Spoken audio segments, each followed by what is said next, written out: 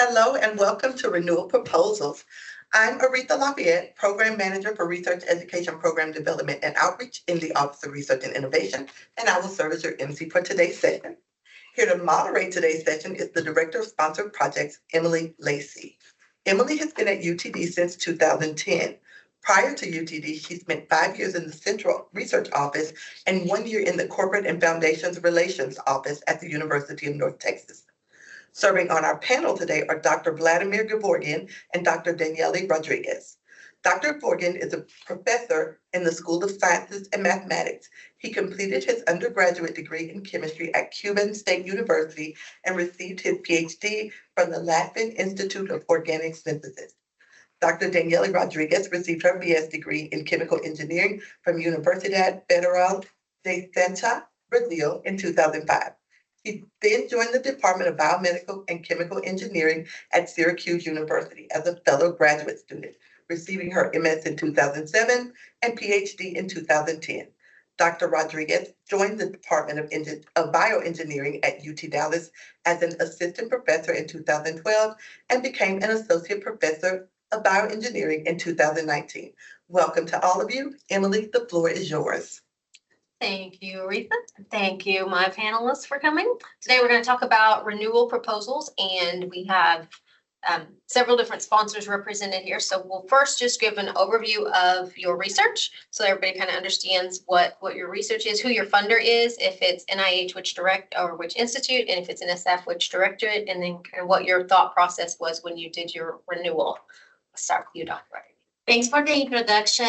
So my main funding source these days is NIH, and particularly I work with the Oral, Dental, and Craniofacial Science division of that agency. The focus of my research is development, characterization, and application of osseointegrative biomaterials. Particularly, we are looking into enhancing the integration of metallic materials with host bond, and to achieve that, we are developing multifunctional coatings that will facilitate the healing and integration process of a surface with the host bond. And the funding that I'm going to talk about is related to this project. In a first instance, when I first submitted this idea to the NIH back in 2015, when I started trying for that research proposal, we focus on the development and characterization of this coating technology, purely using in vitro methods, physical and chemical characterization. And we were successful with that application. And when I got my renewal, that I'm going to also be talking about today, we kind of focus on the translation of that technology to a specific application, which would be applying that coating technology to enhance the integration of dental implants. Thank you. And you, Dr. Gevorgyan? Hi. Yeah, thank you for introduction and having me here. So I'm a synthetic organic chemist working in the field of synthetic methodology. In 3 years, through my academic career in the US, I was having NSF since probably year 2. And since then, and also NIH since year 3. So in NSF, we are funded from Faculty of Physical Science from Chemistry, Division of Chemistry, and from NIH from NIJMS. So this is usually R1, and we get also grant P50 on the large transinstitutional grant back in Chicago. So my research areas involve development of new synthetic methodologies, which are amendable for late-stage functionalization of complex and bioactive molecules and drugs. And my NSF program is going via the transition metal-free methods, whereas in the program funded by NIH, we use transition metals, which help us to activate molecules at late stage. Just to give you an example, complex molecule requires multi-step synthesis, sometimes 10, 20, 30. Whereas if you want to make derivatives of those, if your synthesis is not convergent, you have to actually spend quite a few steps, sometimes always 10, 20 steps to make another derivative, whereas in the late stage functionalization, sometimes just one step. You have the complex core from which a general scaffold from which you can access libraries of bioactive molecules just by one step, which accelerate drug discovery research and biochemical research. That's what we do. See how that is working for both NSF and NIH. All right, well, let's talk about specifically the renewal. So before you submitted your renewal, did you talk to the program officer? Let's start with you, Dr. Morgan. Did you have a conversation about what you're planning and the likelihood of it being funded? Yeah, what I heard from people working, particular, for instance, biological target in NIH, sometimes they talk to program director because sometimes the certain areas become trendy. For instance, I'll give you example, like COX-2 inhibitors has a scandal in Pfizer and get all this trouble. So then if you just continue working on that topic, that will be probably not that, ideal. So when we work in fundamental research, I don't think that's really required because fundamental research is like you pushing forward the area. And then I don't think I ever talked to advisor. To the director before submission. I agree with you. I did not talk to him for my renewal. I did talk to him earlier when I was doing the resubmission of my original proposal because I had some questions regarding my summary statement, and I wanted to make sure that I was addressing them properly. And I had some concerns that were also raised during that review. So I discussed those points with him, but those were related to the original application, not the renewal. For the renewal, I did not talk to him. Good. And so how did you both get your renewal on your first try, or did you have to resubmit? I got him the first try. In my history, I had both. And I think a couple of times I was not funded right away. And then after resubmission, second revision, that time it was allowed, I would just get it funded. But usually, yes, you get it, funded after the first try. So going on that philosophy, since you both got it on really the first try, when did you start thinking about your renewal when you were working on your original proposal? How far in advance were you thinking about it? And when did you know, hey, I can parlay this into a renewal? So I started working on the renewal proposal during the summer of my year 4. So I got my first original proposal funded from July 2007 to July 2022. And then I got awarded with the renewal from August 2022 to currently. So I had no gap. So that means that I submitted my renewal cycle 3 of November 2021. So I worked that summer, so year 4 summer. And I decided to start working that point because I had most of my aims completed and I had a solid number of papers already published. Well, here I have to make a statement that there's 2 ways people pursue their career in submitting grants. The people who look at I would say, more opportunistic way, they look at statistics, and then they submit a lot of proposals, hoping that one of them will go through. I belong to the different wing of people. I'm perfectionist. So I know people who submit 10, 20 proposals before one gets funded. I really take it seriously. And I spent at least 2 months with my entire group for the proposal. So for 2 months, everybody in the group, including myself, 100%, 24/7 working on that. So my success rate so far have been more than 50%. I submit only a few proposals, but it hurts actually when it doesn't get funded. Yeah. But we've been doing okay, I think. I am with the same philosophy. I don't submit a large number. I prefer to have results that are solid and a good number of publications. And I also have my entire group working, like you said, completely focused on task, particularly during the summer when they are off school. And that's why I like to target cycle 3 for proposals because you get the work done during the summer. So I completely agree with you. And you both mentioned publications. So how important do you feel like publications were to the renewal? And is there a specific, do you think there's an ideal number of publications or certain journals that look better to increase your chances of getting a renewal? It depends on the field, I guess. I have seen proposals, renewal proposals that were very successful with a large number of publications, others with only 1 or 2. I used to be a standing member for my study section, so I definitely heard different opinions about the topic. I have seen proposals that were renewed with, only 2 papers published in high impact factor journals, and they deemed those publications, very high quality, and I have seen other projects being funded with 15 papers. In my particular case, when I submitted my renewal proposal, I had 8 papers already published, and I had 2 under review and 2 in draft. I submitted my report. In the body of the proposal, I stated those numbers, 8 publications plus 4, so 12. This project resulted in 12 publications over a period of 5 years. That's my particular experience, so it's hard to tell a number. It really depends on the impact factor of the journals you're targeting. And if you're going for lower impact factor, I guess having more publications would be meaningful, because it means, your research is impactful and you are collaborating with people. So it depends. How about for you? I agree with Daniela completely that high impact factor paper is very important. In my field, numbers slightly different. Like for NSF, I've been serving in the panels a lot for NSF. And for renewal, people go, this is a 3 years grant, right? And you're renewing it about in 2 years. Pretty much, right? Because for NSF, is a gap is like 1 year almost. So, and they give you like maximum. In Texas is great. We have about two graduate students you can support. So if you imagine 2 graduate students working 2 years, how many papers you can publish? So 4, or like, and of course it comes from the previous funding. If that's been like say 6, right?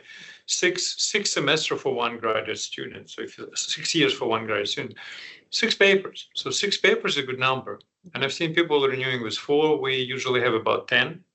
For NIH is a different story. They give you funding for like R1 is 4 years, and you can get 2 postdocs and 2 graduate students. You should easily multiply that 2-3 times. So in my renewal, I never get less than 20 publications. But this is the research field, is synthetic methodology. We publish probably more than that in biology. And half of this at least should be in the top journals, such as Jackson and Givante for us. So that's very important. So I never seen any proposal renewed with a lot of low kind of impact factor. At least 1 or 2 should be in the top journals. If there's none of those, usually that's not the story of success. I understand that. Sure, they're getting their money's worth. Right. So when you were doing your renewal, you obviously had your aims on the original project. And I think, Dr. Rodriguez, you said that you finished all your aims. If you finished all of them, how did you make the decision to go for a renewal instead of a new application? Because so my research in the original cycle, we were focusing on development and characterization with very little attention to the actual applications, simulating relevant physiological conditions. So naturally, for us, an evolution of the project would be the next step, would be testing this in a physiological environment that would be relevant. So we propose to continue this study by selecting the best performing compositions that we will obtain in the first grant and applying those compositions in animal models and disease models for the continuation of the project. So more of a translation of the technology. So we pick the best performing coatings, and we coated implants, and we delivered them in an animal model, and we also simulated like diabetes conditions, severe inflammatory conditions that are very relevant to the oral environment. So there is no overlapping aims here. It's more of a continuation, more application focused on the second time. Did you submit to the same solicitation? Same. Yeah.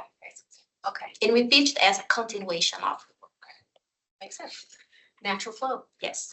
Yeah, we also submit always to the same solicitation. And for NSF, I noticed that that's not really important how you complete your original aim, especially this fundamental research, because science is evolving. They just want to see, as you just mentioned, that the money was worth spent, just like, was it really worth, investing in that research program? And if your report for the past grant is great and you have good ideas, it doesn't really matter if you're just going in the same aims or others. And age slightly different, especially if you have kind of practical or component in that. If you just want to first kind of solve some fundamental issue and then is applied component, then definitely you have to continue. But if not, then it doesn't matter really. You can go to other targets, because Sometimes these targets are important, and 5 years from now, 4 years from now is completely different. If you will be working still on the old ones, it could be actually not beneficial for you. Yeah. So let's say if we are successful in this new phase, now I could submit later for a clinical trial. Be the next step of the project. So I obviously have never been a reviewer. So do they review renewal proposals differently than they renew regular ones? And is there anything that people should work specifically towards to show that this needs to be renewed? They do take a really close look on the report summary that is about 3-4 pages of your, consumes 3 or 4 pages of your renewal proposal. And they definitely see the publications, the impact of those publications, and if it makes sense to continue, or the aims completely change and now you have a completely different project. Perhaps the research team should be proposing a new project instead of a renewal. These points come up during the discussion of the study section. And I have seen that if it makes sense to continue as a renewal, they have that mindset. Otherwise, they will say this is a completely different set of aims. Should go a new project. I have nothing to add. Perfect. I like the job perfectly in sync. How do you feel like people have the same view on the same Right. thing? Yes, good job. There you go. Yeah.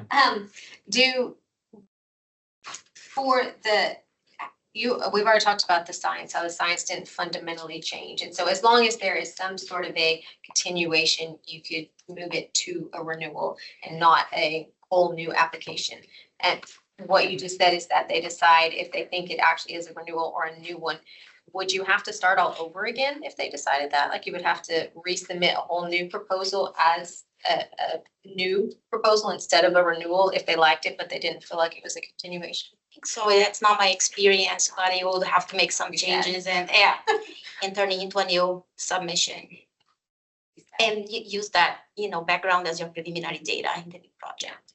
Did you include, obviously you have to have some preliminary data in the renewal. Is it as important in the renewal as it was when you got your original application? Because I imagine it would be very important in your original. Yes. That you had done stuff. Is it's still important, but maybe not to that level? Yes, you're correct. I went back and I checked my actual renewal proposal, and I included a little bit of preliminary data for each of the aims proposed, but very preliminary experiments that we had some data that would indicate the protocols we are proposing will work out, but not at the extent of preliminary data that I presented on the original.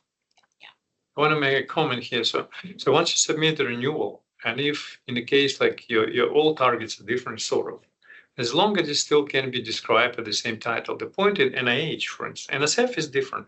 In NSF, you do resubmission, and you can, renewal. You can actually get completely different title. The renewal doesn't mean that you renew that research project. Renewal means you renew your effort in NSF-funded research. Like, for instance, you can change title completely in NSF, and there's no problem. Renewal means that you currently have NSF funding, and you apply for more, right? In NIH is different, because in NIH, you cannot change even a comma in the title. Title has to be the same. And you can change a lot of aims in NIH, no problem. And nobody will say, oh, you know what, this is more like a new proposal or submit differently. No way. They will still review it. But the way it will be reviewed, they say, okay, that's not just, they're just following original aims, now the different aims. And it may be reflected a little bit in the ranking, how they do that. But they will not say, oh, you have to resubmit it as a new proposal. That thing's not happening. But the point is, if you're suggesting something new, so new that this title cannot describe it anymore, then you have to do it. Then you actually have to submit the new proposal, because the title will, let's say you're working in a particular one target of protein, and then you start working completely different protein, and your first title was about the first protein. That's it. No way you can submit, renewal on that. But that's why. So we suggest, and we advise all young investigators to get as broader as possible title for NIH, that you can actually change your direction, still work as a resubmission, because it has question later, but resubmission is more beneficial than new proposal, at least in the United States. In Europe, Israel is different. You have more chances to get funding for new proposal, but in the United States it's different. Generic title. Very generic as much as you can. Nobody cares about generic titles. Interesting. Okay. And so if you had, we'll kind of move it different. So you both managed to get your renewal so that there wasn't really a lapse in project period. If there is a lapse, what would you have done during that time period to continue the project? And I'm assuming you would have resubmitted during that time period. You've just been working more on it to resubmit. Difficult. I think so, yeah, they were continually that data collection and completion. I mean, in my case, we had completed the aims, but we had side projects that were related. We did have some residual funds too that we hadn't spent that I was planning to like keep up in case my renewal wasn't successful. So, and that's how I was planning to fund my students and the rest of the experiments that we had planned. But yeah, we just had a little money to make it happen in case there was a gap. I mean, Yeah. There's a trick called no cost extension, right? So I usually don't apply earlier than my grant expires. So just application date is usually such that if it's funded, the funding will continue for the next day. Say it's funding until June 30th or 31st, whatever. Then from July 1st, the next one will start. So I just look back. So because we need to get more results for the renewal, and if it's not funded. Sometimes what happens actually, it gets ranked, and then you talk to program director, and the program director says, you know what, it's in the kind of borderline area. I suggest you to submit, but I'm not sure. And twice actually we resubmitted, but the original one was funded, so we withdrawn the resubmission application. Yeah. So this is kind of trick. But the point here is that we never did it after the grant expired. We always submitted to get funding uninterrupted. But then if you submit no cost extension, of course, you work hard to make sure that you kind of address all the criticism there, potentially improve it as much as you can. and I think from NIH, they work with you to try and make it so there's not a gap. That's been our experience with NIH. We haven't had as many NSFs. I'm not sure how they work it, but NIH will usually contact us during like the JIT and ask us, we're going to rearrange the start date so that it's this. That way there's not a gap. With NSF is more complicated because only one window, like September 1st to 30th, and pretty much you get funded. You can submit only once a year. And if you fund it, this is fine. It's actually you're submitting usually like 2 years, 2 months after you get funded. Your submission, you're actually reporting for 2 years, not 3 years. And then if you fund it, it's fine. If you're not funded, then you're skipping a year, pretty much. Yeah, NIH has a 3-time submission in years. Right. And NIHs are longer, so you do have more of a time frame to have results. Yeah. So in your progress reports on the original application, did you include anything knowing that you were going to do a renewal that might help you get the renewal? During the progress report, yes, we kind of gave some hint that the next step would be we cannot address these questions unless we test in a more relevant animal model. So we would definitely state those ideas, just to give it a clue that more is coming up. Yeah. So is that related also to the preliminary data, which I included? Oh, yeah. Yeah, because I think that's a very important point. So preliminary data definitely has to be, in there in the proposal, but you have to have right balance. So because if you don't provide preliminary data, they will question the feasibility of what you're proposing. So if you put too much preliminary data, if you have too much preliminary data, they sometimes say it's a fishing in a pond, which means all problems solved, right? So you have to find the right balance where you provide some preliminary data which show that there's a feasibility, but there's still challenges left. So suggestion would be not to pursue, like say, if you have like 3 aims, right? Ideally, in all 3 aims which you're proposing, you will get some preliminary data which suggests that potentially that is possible, versus you just in one aim, you just deliver everything, right? You're almost done.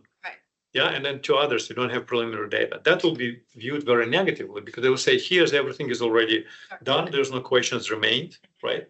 So in here, you don't show that the feasibility is possible. So it's ideally when you build your research, especially in the preliminary data session, you just do enough that you can show that that is feasible. Don't push one of them to the end and don't touch other 2 or something. I think for my original application, took 3 years for me to get it, submitting, resubmitting, and by the point we submitted and it was successful, we already had like 3 papers that we are pitching as preliminary data. And I just feel like you need to have some because they were always complaining you don't have enough preliminary data, you don't have enough. So here is a publication, next time we submit. So for us at least, it's very important to have practically part of the work already done and published. And of course you are leveraging on those publications, but they also complain about, oh, you're proposing this team, but you don't have any publications together. So for us to show that through publications is very key. I just sent an R21 now, just to give you an example, and it's a completely new idea and a completely new team. And I thought, oh, that's the intent of an R21, to build new teams and ideas. The criticism was the team is very new. They have not collaborated before. There is no established collaboration. So we have to go back now, publish a paper in order to be able to even pitch a new idea in an R21. So at least in our field, there is this need for a well-established team of investigators, even if we're going for something new and groundbreaking like an R21. It's absolutely true in my field too, especially if you make like big collaborative proposals with multi-PIs. You have to prove that you have established collaboration already, not just a wish list to collaborate. I completely agree. Prove you can get along. Yeah, yeah, you can get along. But I think that's the majority of my questions. But what advice would you give others who were contemplating going down this path? Just general advice as to how to make it more successful. So we talk about the number and quality of publications. I think that is pretty clear and very applicable to any of the fields here.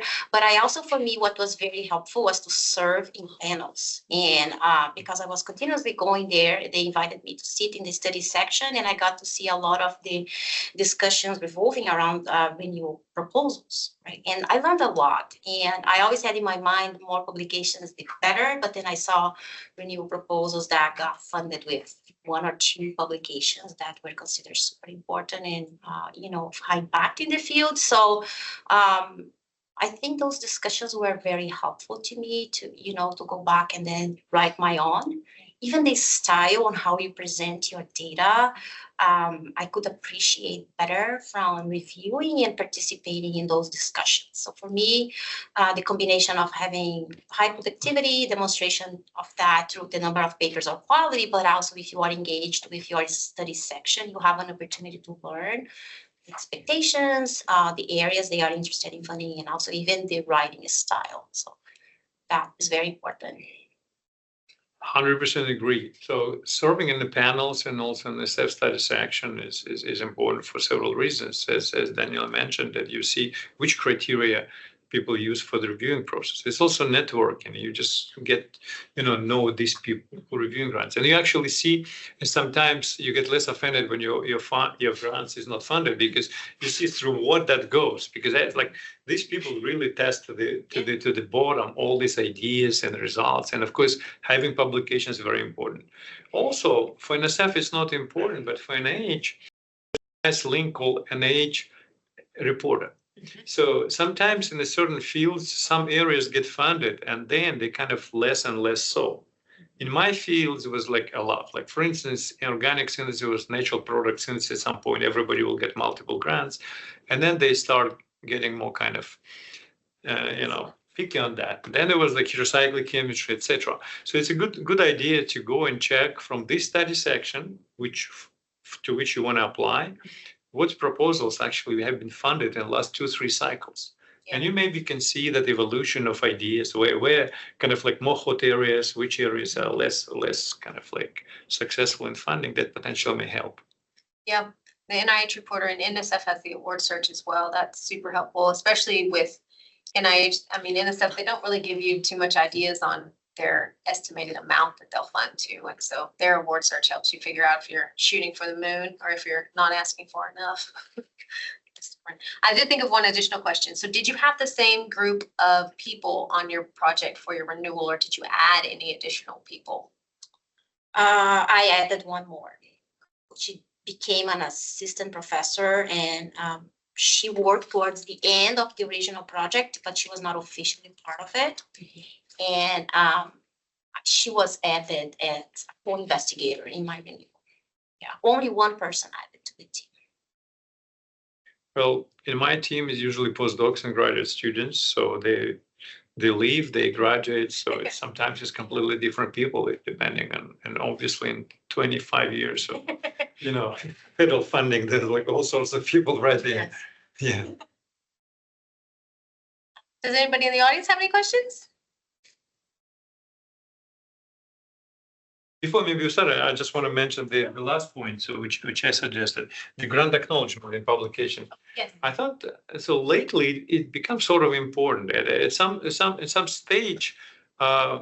If you have multiple funding, let's say NSF and NIH or different NIHs, Yes. so you can acknowledge in one publication both grants, and there was no problem until recently. And last year they became very picky on that.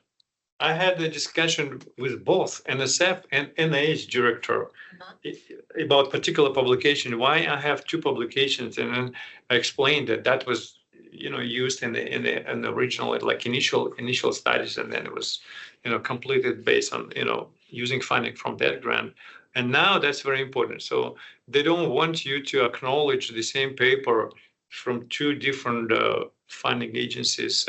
They don't want to overlap, and then if there's overlap, you have to mention ideally that initial funding was done using that kind of like grant versus the major work was done using that grant. That's now become important, and they will look at that after, for renewal as well. This is important. Yes, that is a good point. They are much more careful about multiply or double dipping basically on the funding and everything. So if you have a paper, since you've been through this situation where it did benefit both of them in this new world, if you can only choose one, how do you make that decision?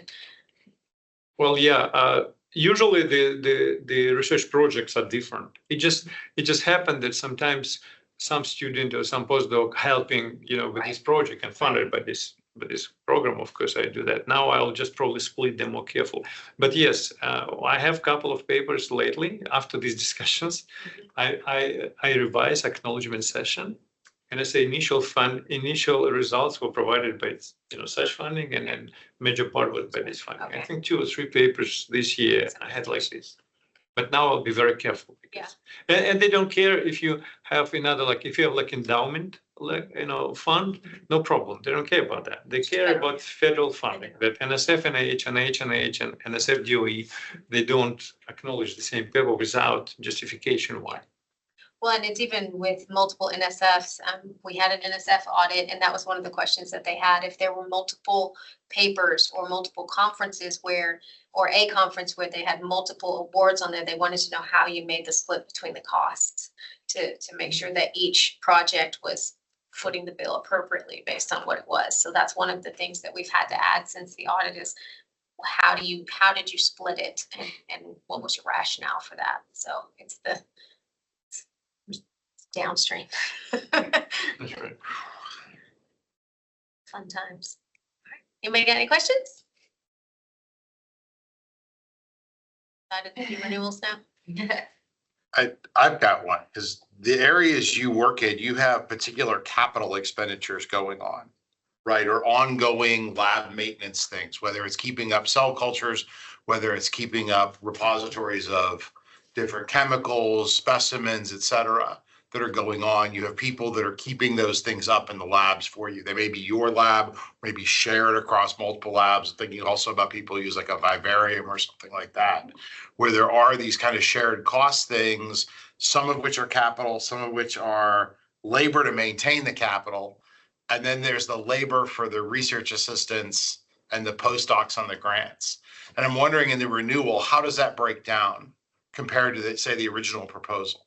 Because we all have an idea how that looks on an original proposal of asking for those things. You ask for infrastructure grants to do one set of parts, and then you ask for other sets of things for ongoing parts. And then I'm wondering how in the renewal, like that cost breakdown factors in to what you're asking for to renew, and then what kind of gets amortized or what's offloaded. So back into this thing you were just raising about what's being funded from what things, because I could see if you have an endowed professorship, you want to try and use that for the infrastructure and the lab maintenance things, but then the ongoing research you want funded with the others. So I'm curious how that mix factors into, say, doing a renewal, or if it's not even a relevant thing. Go ahead. It is very relevant. It is actually really very tough one.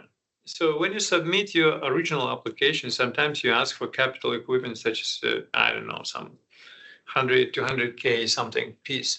And sometimes they give it to you. But on the renewal, this is much harder to get. They say, okay, you should have infrastructure. Like we have large equipment here. We are one institution. So we have everything necessary. If you don't have it, then they don't give you this grant. But it may be something that includes, there may be the piece of infrastructure, but it may have a consumable component that goes with it. Speaking of which, yes. So consumables for us is not biospecimen, it's a chemical thing. Right, right. So just a note, when we moved to UT Dallas from Chicago, so we brought almost 8,000 chemicals with us, which was more than UTD together had. So these chemicals, yeah, we have a lot. So, and then now, and we're buying every day more, right?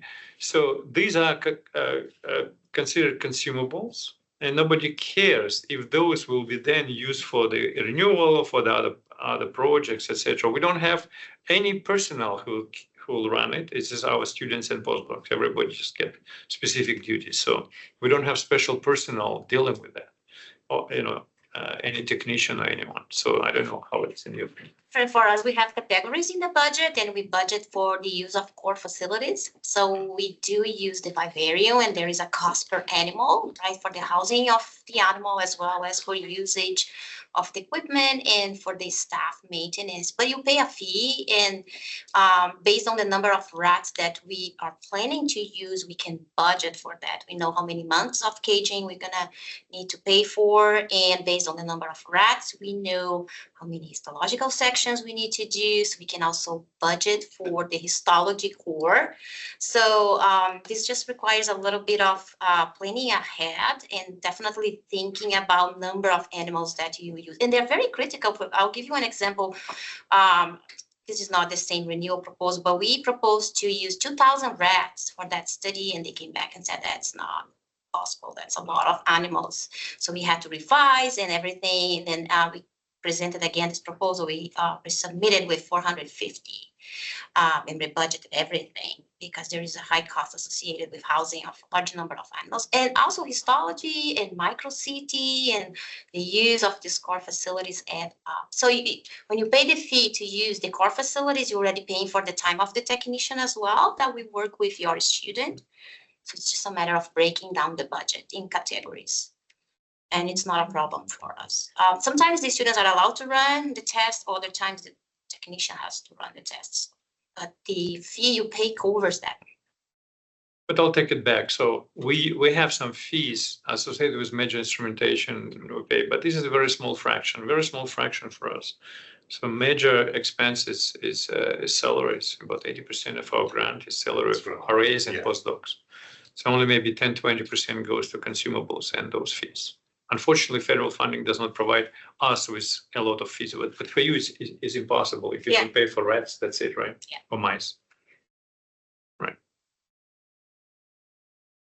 I'll ask a question. I was late, so I may have missed a couple questions. One is about the acknowledgements, the grant acknowledgements. I didn't realize they were becoming more strict about that. So if you, for example, write a review because you're paying yourself over the summer, is it okay to acknowledge the grant, even though it's not exactly the research you proposed to do? It's related, it's a grant. Or if you're collaborating with somebody and you're using the equipment that you got for the grant and it's somewhat related, but it's not exactly what you proposed, is that good or bad to acknowledge the grant for that? It's absolutely fine. It's fine. It's absolutely fine. Okay, good. I acknowledge, and we split this author acknowledges this agency. I acknowledge NIH, and we split it up. Even though it's not exactly what you proposed. Because for funding agencies, it's very important that when they fund you, they want to see the output, and their output pretty much are your patents and your publications. The more publications, especially in the top-ranked journals, you acknowledge, the better job they do, the better the resources spent. Okay. So for them, it's very important. Audits, if they were very, very concerned about whether it's exactly what you proposed or not, it's not that. The only piece that they cared about was if multiple awards were listed that you split the cost appropriately. And it wasn't just, oh, well, I put the conference fee on this one and then I put the travel on this one. That didn't work. It was, you have to split it equally. Like, is it 50-50? Is it 30-40? And all the costs had to be split across the I board. So see. you couldn't just put conference fee on this one, travel on this one, per diem on this one. It had to be an equal split. And you had to justify how you came up with that split. Okay, thank you. And I mean, some of them, I will say that on like, just to talk about publications, on like Welch proposals and smaller funders, they won't even let you list a publication if it doesn't have that acknowledgement. So they don't even want you to put it on there as on your progress report or anything if it doesn't have that acknowledgement. It basically doesn't exist to them without that acknowledgement. Okay, thanks. I have a follow-up question about, so previously you mentioned about when writing the renewal proposals, you will emphasize how many papers you published for the first original grant, and will all those publications are directly related to the project you proposed, or you will list all the publications that you acknowledged when you published the paper? I only listed the papers related to that, products of that funding. And I had another one that I just participated a little bit. I didn't even list, even though I acknowledged, that I was being funded that summer by. But for the renewal, I just listed the ones that were directly related to. Okay. Yeah. And NSF and NIH are different. For NSF, you listed a list of publications for the last 5 years supported by NSF. And during last 5 years, you can get 2 different grants with 2 different titles, completely 2 different topics. And you list all your publications against only acknowledging NSF grants. So if you did something and you did not acknowledge NSF grants, you don't list it there. So, but on the other hand, you list all publications in the last 5 years, which was supported by NSF in your progress report. So you just list them, and then progress report, you just say what you've done. In NIH, in the progress report, you only acknowledge the papers where you acknowledge an NIH grant for the last grant. So one more time, for NSF it's 5 years, regardless how many projects were there, 2 different grants. For NIH, it's only last project, which is now you're renewing, but only acknowledge papers. You cannot put there any papers which did not acknowledge this grant. It's the bottom line. Did it make sense? So if you fail to complete one of the aims of your project, because you had some kind of technical difficulty or something, would you advise putting that in a renewal grant, or, because now you need to do something extra to accomplish what you originally intended to do? Is that something you would recommend? In my case, there was no problem whatsoever. If you just say, okay, you spend more time doing other aims, and you don't have to even put those aims which you get in your previous grant. So now you propose aims, which are new aims. You don't have to say, oh, we failed to make this aim, now we have to do something to cover it. There's no way. You don't talk that way. Right. So you simply propose aims of your renewal, and that can be same, can be different ones. And absolutely, you don't have to. You don't have to apologize why you didn't do it, and now you have to do extra chores. No. Okay. Not gonna happen that way. Just same aim without any Maybe explanation. write a little bit or, add more things, but essentially, yes, definitely. Include that in your renewal. In your annual reports, you say that, okay, we proposed that, but mostly we were during that grant period, we were concentrating on different aims. So that's fine, but not for the renewal. Thank you. This is great. I learned some things that I can use to help other faculty who are interested. So thank you. Thank you. Thank you very much. Awesome. Yes, thank you all for joining us. Emily, Dr. Gaborian, Dr. Rodriguez, thank you all for joining us and sharing this knowledge and wisdom today. And we thank you guys for joining us as well. We will go ahead and close out, and we hope you have a wonderful rest of your day.